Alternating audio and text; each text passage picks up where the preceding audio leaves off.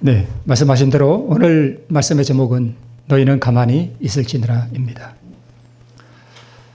자, 여러분 장기 두어 보셨습니까? 장기를 두어 보신 분들은 아실 거예요. 저기 파란 동그라미가 있잖아요. 저게 왕이에요. 파란 나라 왕인데 저 파란 나라 왕이 지금 뭐에 걸려 있냐면 외통수에 걸려 있습니다. 예. 왕이 빨간 차를 먹으면 반대편에 뭐가 와서 먹어요? 포가 와서 먹어요. 그러니까 내려가지도 못하고 올라가지도 못하고 차를 먹을 수도 없고 이래도 안 되고 저래도 안 되고 외통수에 걸린 거예요. 그죠? 네. 자, 아브라함이 75살 때에 하나님께서 씨에 대한 약속을 주셨습니다. 그때로부터 430년 후에 이스라엘 백성들이 출애굽에서 시내산에서 율법을 받습니다.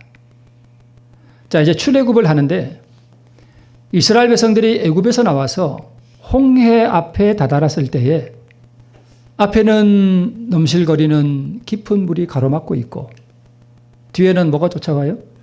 애굽의 군대가 쫓아오는 상황이 되었습니다. 자, 이 그림을 보시면 이제 왼쪽 위에가 애굽이거든요. 거기서 가까운 길이 어디냐면 저 붉은 길 있죠. 블레셋 사람의 땅의 길이라는 곳으로 가면 가까워요. 근데 저리로 가면 전쟁을 보고 이스라엘 백성들이 다시 어디로 돌아갈까 봐, 애굽으로 돌아갈까 봐 하나님께서 그리로 인도하지 않으시고, 네, 저 파란 동그라미가 아니고 이쪽 아래쪽 홍해의 광야길로 인도하셨다라고 기록하고 있습니다. 네, 우리 김승학이라는 분이 쓴 떨기나무라는 책에 보면 홍해가 어디냐? 저 동그라미, 빨간 동그라미 있는 데가 아니라 이쪽 반대쪽 아래쪽 여기 홍해로 건넜다라고 하는 그러한 주장이 있는데, 자, 일단 출애굽기 14장에 보면 여호와께서 모세에게 가라사대 이스라엘 자손을 명하여 돌쳐서 바다와 믹돌 사이에 비하히롯 앞에 곧 바알스본 맞은편 바닷가에 장막을 치게 하라 이렇게 하셨다고 기록하고 있습니다.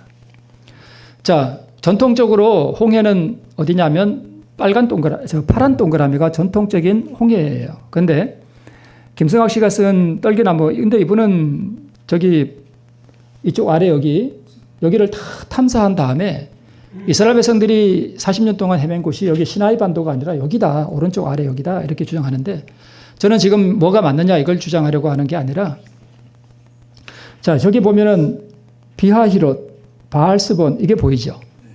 네. 자, 저기 빨간 동그라미 있는 데를 좀 위성 사진으로 보면 이렇습니다. 저기 위에서부터 무슨 물길 같은 게 내려오죠. 저기 쭉 내려오는데 이스라엘 백성들이 저 길을 따라서 내려왔다는 거예요. 그래서 저기 입구에 보면은 저기가 비하히롯이라고, 저기가 비하히롯이라는 것입니다. 그러니까 저리로 따라서 내려와서 이쪽 앞에는 광장 같은 게 넓은 이런, 그러니까 저리 이렇게 물이 흘러서 이렇게 토사가 밀려온 것처럼 보이죠. 그래서 여기에 수백만 명이 들어갈 수 있을 정도의 넓은 광장이 있다는 거예요. 여기다가 진을 치라 했다는 것입니다. 근데 이 그림을 옆에서 이렇게 보면 이렇게 보여요. 그죠? 저 좁은 길을 따라서 이스라엘 백성들이 쭉 나와서 여기다가 장막을 쳤다는 것입니다. 근데 저 길을 자세히 보면 이제 이 앞에는 뭐가 가로막고 있고요. 홍해 바다가 가로막고 있고, 저 뒤에서는요. 애국 군대가 쫓아오고, 좌우로는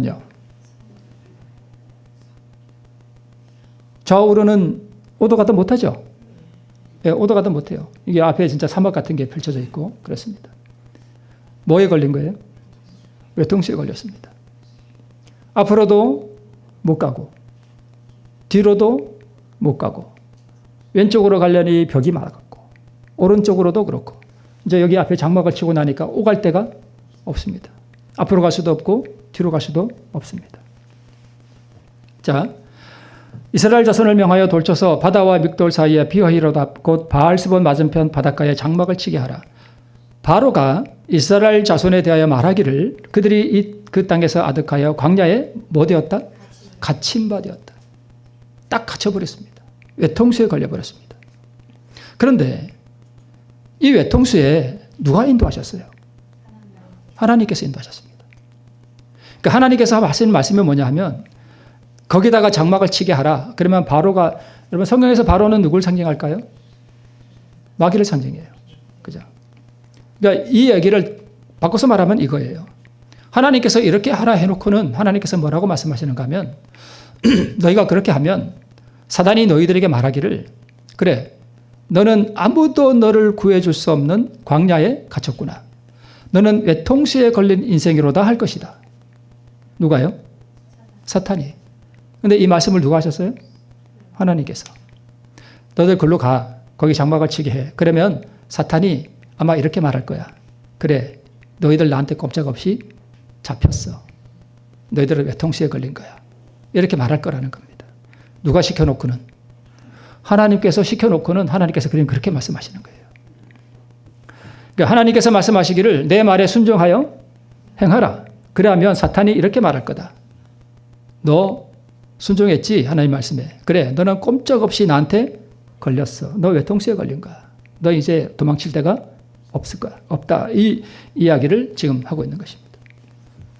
하나님께서 이스라엘 백성들을 외통수 길로 인도하셨습니다. 만약에 아까 지도에서 본 것처럼 저 위에 지중해 그쪽 길로 인도했더라면 조금만 어려우면 어디로 갈까요? 다시 돌아갔을 겁니다. 근데 홍해 길은 다시 돌아갈 수가 없습니다. 그래서 이스라엘 백성들이 광야에 갇혀버렸는데 누가 그렇게 갇히게 하셨는가 하면 하나님께서 그렇게 하셨습니다. 바로가 백성을 보낸 후에 블레셋 사람의 땅의 길, 아까 그 블레셋 사람의 땅의 길이 그 위에 붉은 길 있죠. 그 길이에요. 블레셋 사람의 땅의 길은 가까울지라도 하나님이 그들을 그 길로 인도하지 아니하셨으니 이는 하나님이 말씀하시기를 이 백성의 전쟁을 보면 뉘우쳐 애굽으로 돌아갈까 하셨습니다. 그러므로 하나님이 홍해의 광야길로 돌려 백성을 인도하셨다라고 기록하고 있습니다. 자, 어느 누구도 나를 이 상황에서 나를 꺼내줄 수 없고 어느 누구도 나의 도움이 될 수 없으며 앞으로 가려니 깊은 물이요 뒤로는 애굽의 칼이요 양편으로는 깎아지른 협곡이라. 어디로 가겠습니까? 하나님께서 이스라엘 백성들을 외통수 길로 인도하셨습니다. 우리가 우리의 삶의 길을 걸어가다 보면 젊었을 때야 잘 모르겠지만 우리가 머리가 휘어지고 그리고 인생의 풍파들을 많이 겪고 나서 느끼는 것이 뭐냐 하면 우리가 이러한 상황들을 자주 겪는다는 것입니다. 꼼짝없이 우리가 외통수에 걸려서 어찌할 수 없는 그러한 상황이 우리에게 펼쳐진다는 것입니다. 하나님께서 이스라엘 백성들을 외통수 길로 인도하셨고 하나님께서 이스라엘 백성들을 광야에 갇히게 하셨는데 왜 이렇게 인도하셨느냐 하는 것입니다. 뭘 보게 하기 위해서요? 구원하시는 능력을 보게 하기 위해서 하나님께서 이렇게 백성들을 인도하셨다는 것입니다. 자, 홍해를 가르시는 이 하나님의 능력을 이 상황 외에 어디서 볼 수 있을까요? 외통수 길이 아닌데서 볼 수 있을까요? 없습니다. 만약에 어느 한편이라도 만약에 길이 뚫려 있다면 이 백성들이 어디로 도망갈까요? 그쪽으로 도망갈 거예요. 뭘 기대하기보다는 하나님의 구원하시는 능력을 기대하기보다는 그 길을 따라서 스스로 살기 위해서 스스로 도망치는 그러한 일이 벌어질 것은 자명한 사실입니다. 자, 인간이 스스로 무엇을 할 수 있을 때 하나님께서 무엇을 하실 수 있을까요? 하나님께서 뭘 할 수 있을까요? 하실 수 없습니다. 인간이 자기가 살기 위해서 스스로 뭔가를 막 노력하고 있을 때 그때는 하나님께서 그 사람을 위해서 역사하실 수가 없습니다. 아무것도 할 수 없는 무력한 상태, 막다른 상황에 부딪혀서 하늘 외에는 길이 보이지 않을 때가 되어서야 비로소 하나님을 의지하는 것이 무엇이며 하나님께 맡긴다는 것이 무엇인지를 배우게 됩니다. 이 상황이 아니면 배울 수 없습니다. 제가 어제 그랬죠. 가장 어려운 게 뭐라고요? 하나님께 맡기는 거예요. 그 쉽지 않습니다. 조금이라도 길이 보이면 인간은 그 길을 통해서 자기가 살려고 발버둥 치지 하나님 의지하지 않습니다. 절대 안 합니다. 진짜예요. 절대 안 합니다. 그래서 하나님께서 우리를 구원하시기 위해서, 우리를 구원을 하기 위해서, 하나님의 전능하신 구원의 능력을 보게 하기 위해서는 반드시 통과되어야 하는 곳이 어디냐면 막다른 상황입니다. 좌로도 우로도 앞으로도 뒤로도. 물론 하늘은 열려 있습니다.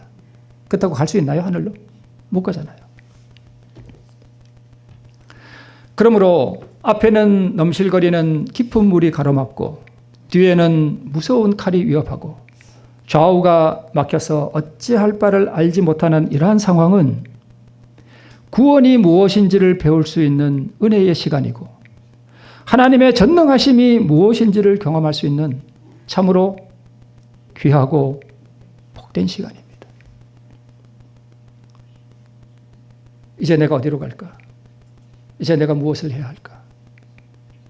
길이 보이지 않을 때, 도무지 내 앞길이 캄캄할 때, 어느 쪽으로도 길이 보이지 않는 그러한 시간이 우리를 참 당황스럽게 하고 고통스럽게 하는 시간들입니다.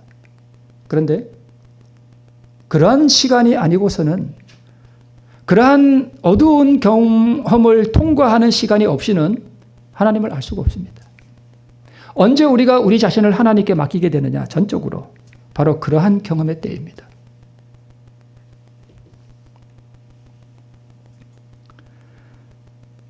지금으로부터 약 10여 년 전인 2013년 5월 26일 날 오후 4시 30분에 대서양 한가운데서 선박 침몰 사고가 일어났습니다. 세월호 사건이 일어나기 1년 전쯤이죠. 이 배입니다. 나이지리아 선박인데 제이슨 사오라고 하는 배인데요. 이 배는 뭐 하는 배냐 하면, 여러분 큰 유조선이 이제 항구에 들어올 때 항구에 가까이 들어올 수 없잖아요. 스스로 잘 못 들어와요. 그때 이 조그만 배들이 이쪽에서 이렇게 밀어줘요. 방향을 결정하도록. 이쪽에서도 밀어주고 이쪽에서 이렇게 밀어주는 그런 역할을 하는 배예요. 그러니까 그렇게 큰 배는 아니에요. 유조선이 엄청 크잖아요. 근데 옆에서 이렇게 밀어주는 배들이 있어요. 이제 그런 일을 하는 배인데, 유조선을 예인하던 제이슨 사우가 갑자기 선체가 기울어지면서 수심 30m 바닷속으로 가라앉아 버렸습니다.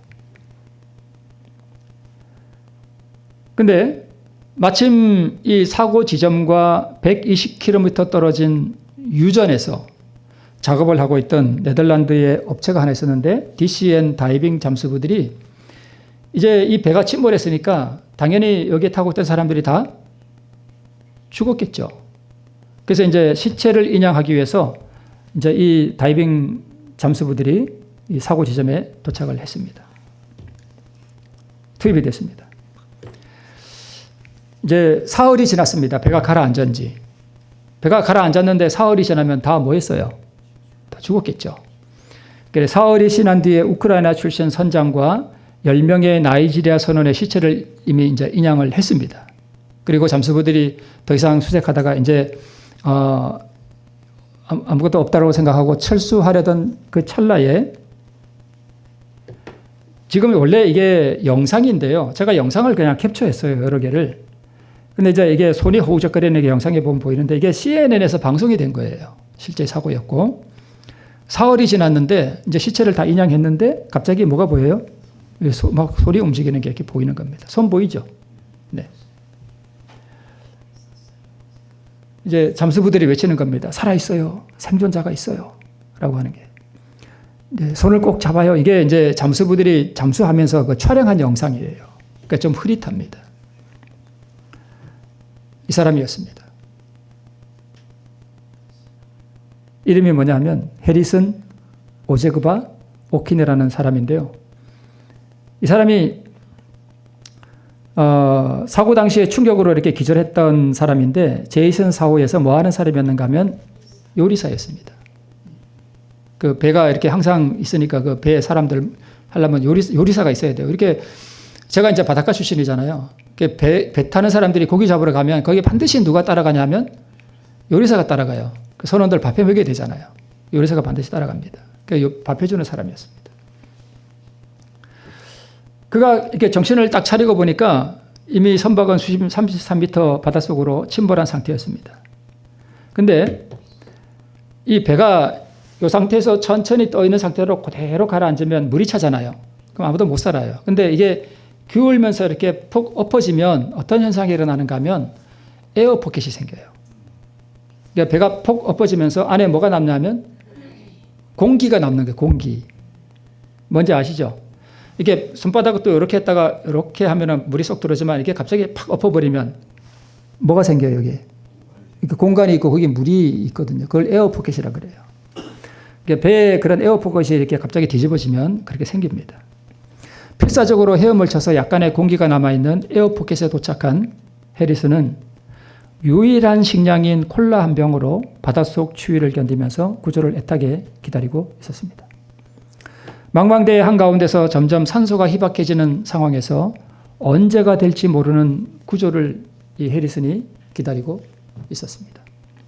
아, 이대로 이제 나는 뭐 했구나? 죽었구나.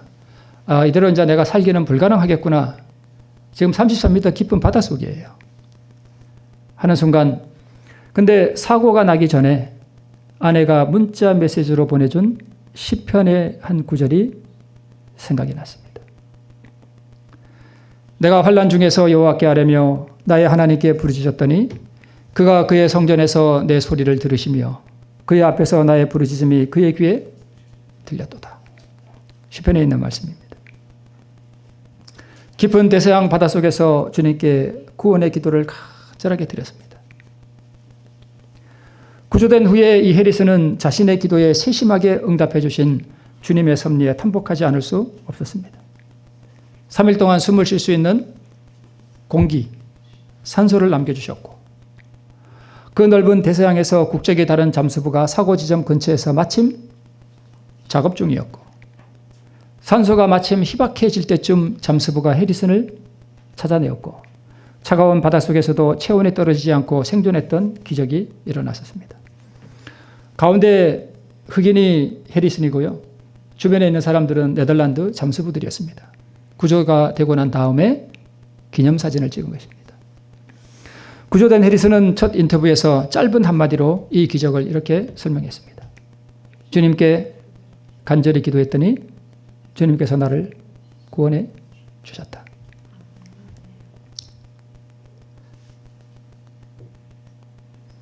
이거 많이 경험해 보셨죠? 성경 말씀만 보면 졸려요. 멀쩡하다가 말씀 앞에 딱 앉으면 조금 있다 보면 뭐 이렇게 돼요. 그러죠?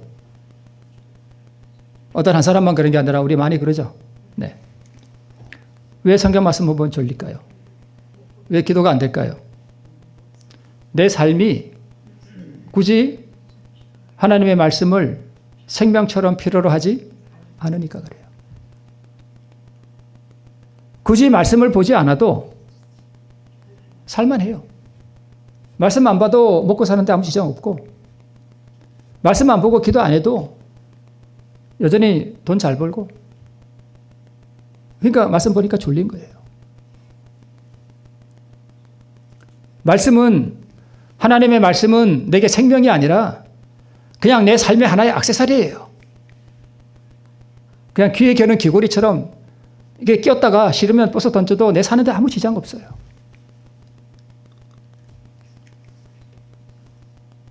그러니까 졸린 거예요. 막막한 상황, 길이 보이지 않는 절망적인 상황은 무력하고 연약한 인간이 하나님의 전능하심과 자비하심을 경험할 수 있는 은혜의 기회입니다. 왜 유럽의 교회가 다 죽었느냐? 교회 안 다녀도 살만하거든요. 부유하거든요. 그 사람들 다 선진국이잖아요. 그죠? 요즘 어디 교회가 부흥하고 그래요? 가난한 나라, 고난이 많은 나라.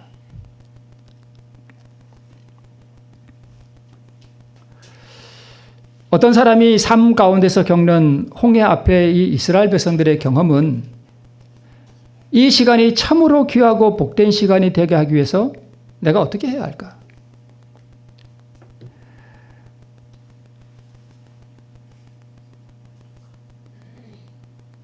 하나님의 말씀이 정말 귀하고 내게 생명처럼 여겨지는 그러한 상황을 만들기 위해서 하나님께서는 우리로 하여금 홍해로 우리를 인도하신다는 것입니다. 외통수로 인도하십니다.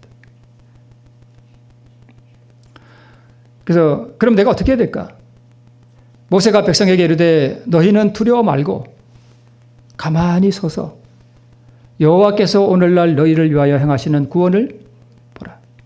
여호와께서 너희를 위하여 싸우시리니 너희는 가만히 있을지니라. 잠잠히 하나님의 구원을 기다리라는 것입니다. 사람이요, 앞으로도 못 가고 뒤로도 못 가고 좌우로도 못 가는 막막한 상황이 되면 어떻게 하든지 살아보려고 발버둥 칩니다. 진짜예요. 발버둥 쳐요. 그렇게 하지 말라는 것입니다.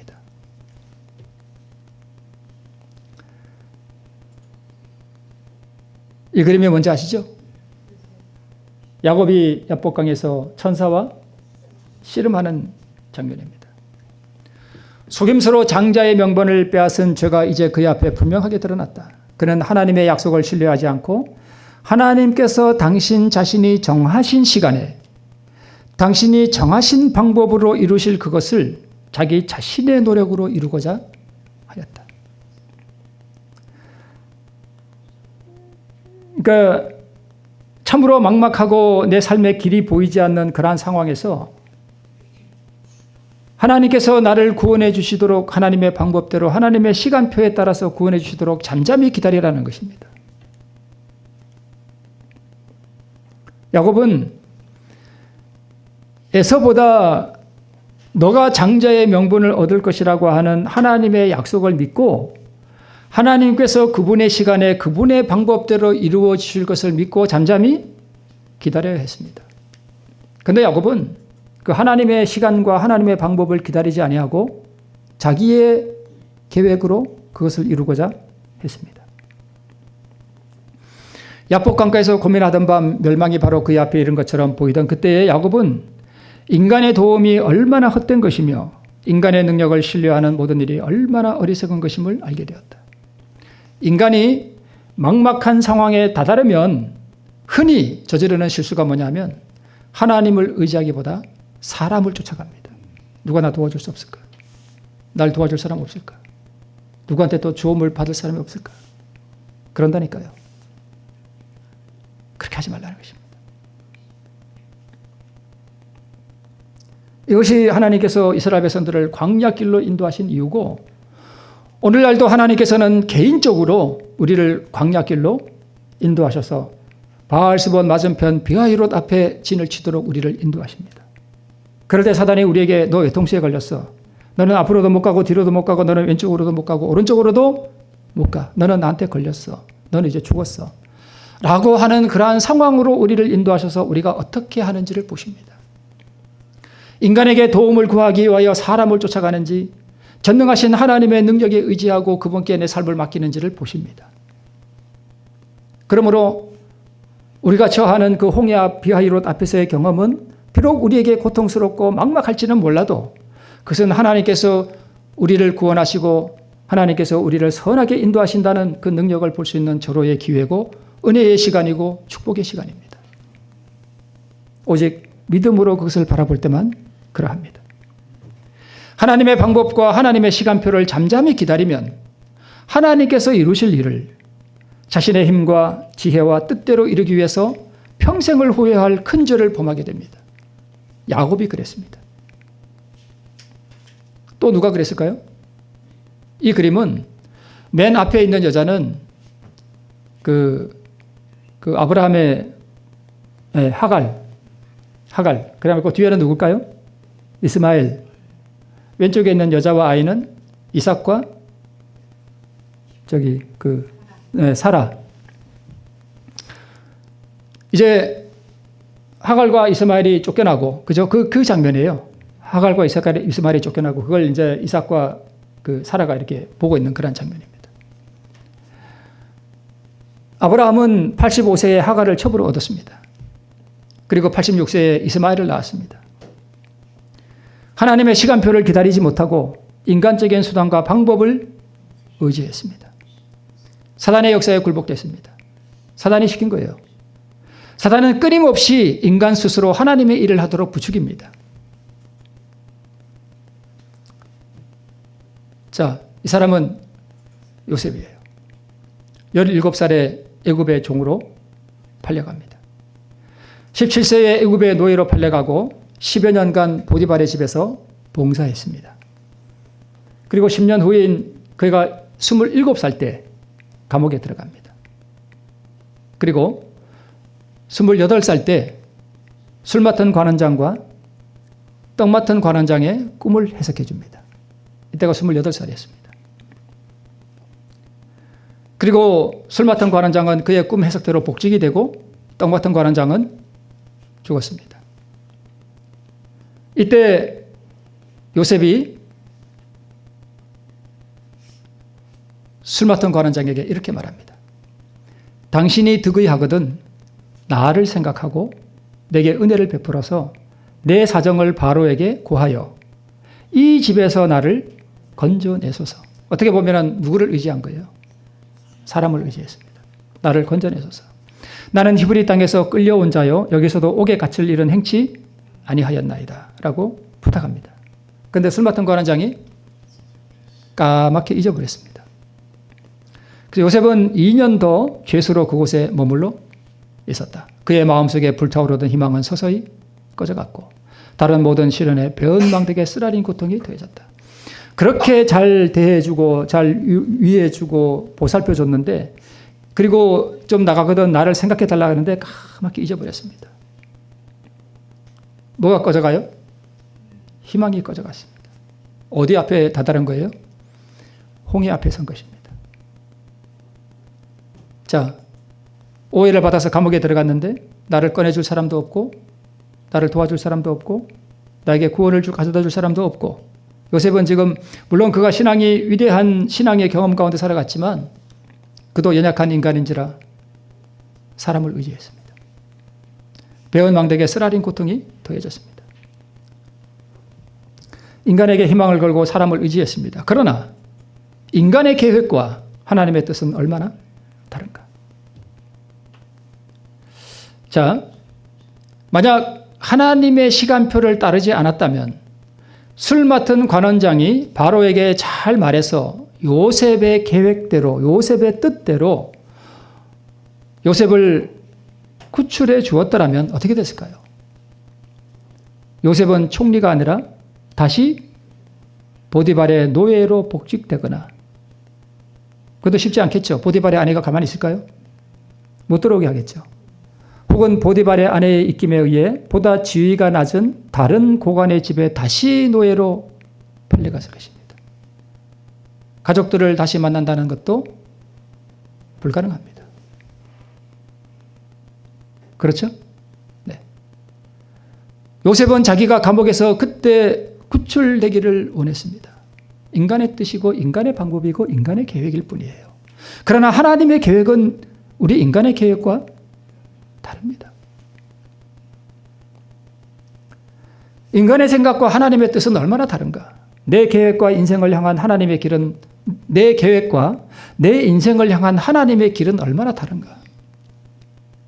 그래서 우리는 잠잠히 기다릴 필요가 있습니다. 어떤 상황에서요? 막막한 상황에서. 그래서 여러분 믿음이란 무엇인가?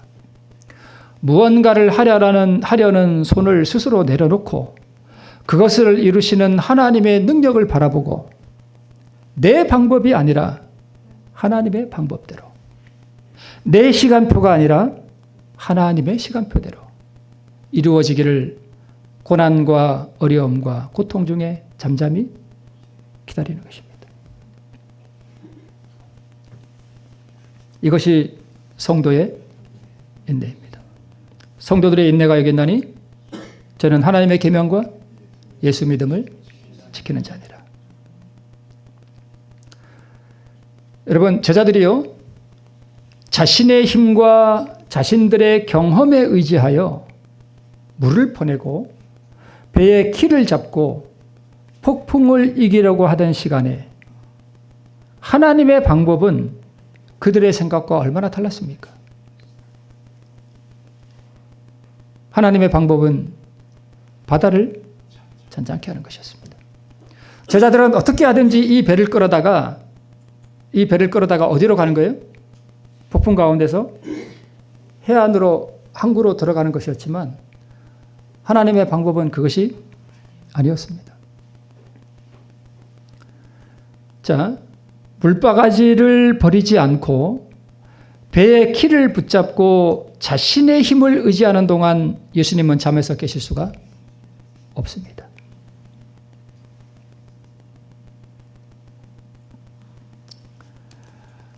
자, 이 그림을 자세히 보시면 저 위에 있는 사람은 뭘 그린지 모르겠지만 키를 붙잡고 있죠. 그리고 여기 있는 사람은 뭐 하고 있어요? 물 퍼내고 있습니다.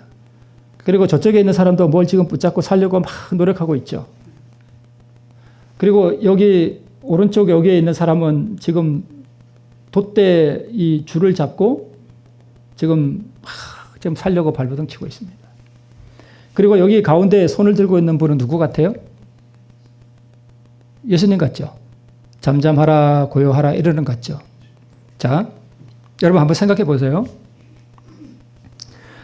자, 이 상황에서 예수님께서 이 백성들을 구원할 수 있을까요? 구원할 수 있을 것 같아요? 못 하십니다. 아니, 안 하십니다. 제가 이 그림을 평가하는 건 아닌데 이 그림은 심히 잘못되어 있습니다. 예수님께서 잠잠하라 고요할 때라는 이 상황이 아니에요. 뭘 버려야 돼요? 물바가지를 버려야 돼요. 왜 물바가지로 지금 물 퍼내고 있죠? 살려고 자기 힘을 의지하는 거예요.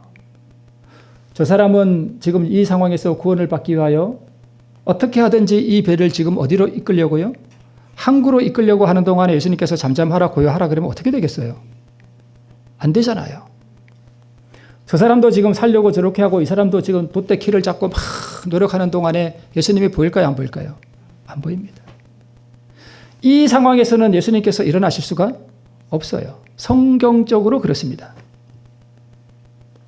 이 사람들이 이래도 안 되고 저래도 안 되고 좌로도 못 가고 우로도 못 가고 앞으로도 못 가고 뒤로 못 갈 때 그 절망적인 상황에서 나의 노력과 인간을 의지하는 것이 다 헛되다는 것을 깨닫고 번개가 치는 순간 그들의 눈에 들어온 것이 주무시는 예수님이었습니다. 그래서 그들이 물바가지도 버리고 돛대키를 잡았던 저 줄도 다 놔버리고 이것도 다 놔버리고 저것도 다 버리고 주여 우리를 구원하소서라고 부르실 때 주님께서 그때 일어나셨습니다.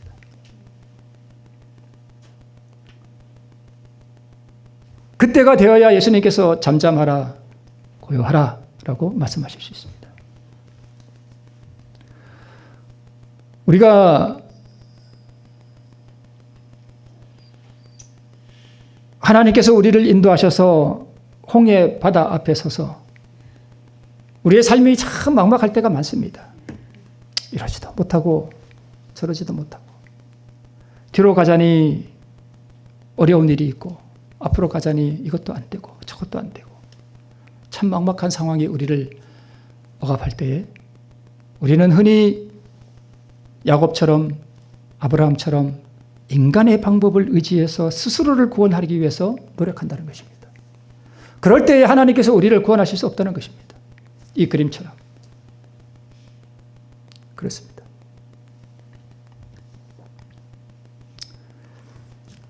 혹 여러분, 그래서 하나님께서는요, 어떤 사람은 저 사람은 내가 안 가진 이런 걸 참 많이 가지고 있네. 근데 알고 보면 그 사람도 하나님께서 저런 길로 인도하셔요. 우리가 알지 못하는 그런 막막한 상황이 있을 수 있습니다. 그럴까요? 그래요. 그 어떤 사람은 보기에 아무 염려가 없는 것 같지만 다 염려는 있고 하나님께서 우리를 구원하기 위해서 각자 나름대로의 상황 가운데 홍해로 인도하십니다. 혹 지금 홍해 앞에 서 계신 분이 있습니까? 그래서 앞으로도 못 가고 뒤로도 못 가고 좌우로도 못 가는 그런 막막한 상황에 우리가 다다를 수 있습니다. 그것은 그러나 우리 하나님의 말할 수 없는 은혜와 축복의 시간입니다. 우리가 잘 몰라서 그렇죠. 그래서 내 뜻과 내 생각과 내 계획과 내 경험과 내 방법과 사람을 의지하는 것을 다 내려놓고 하나님의 시간표대로 하나님의 방법대로 구원해 주시기를 잠잠히 기다려야 돼요. 이것을 우리가 배울 때에 그때에 하나님께서 우리를 구원해 주시는 놀라운 은혜를 경험하게 됩니다.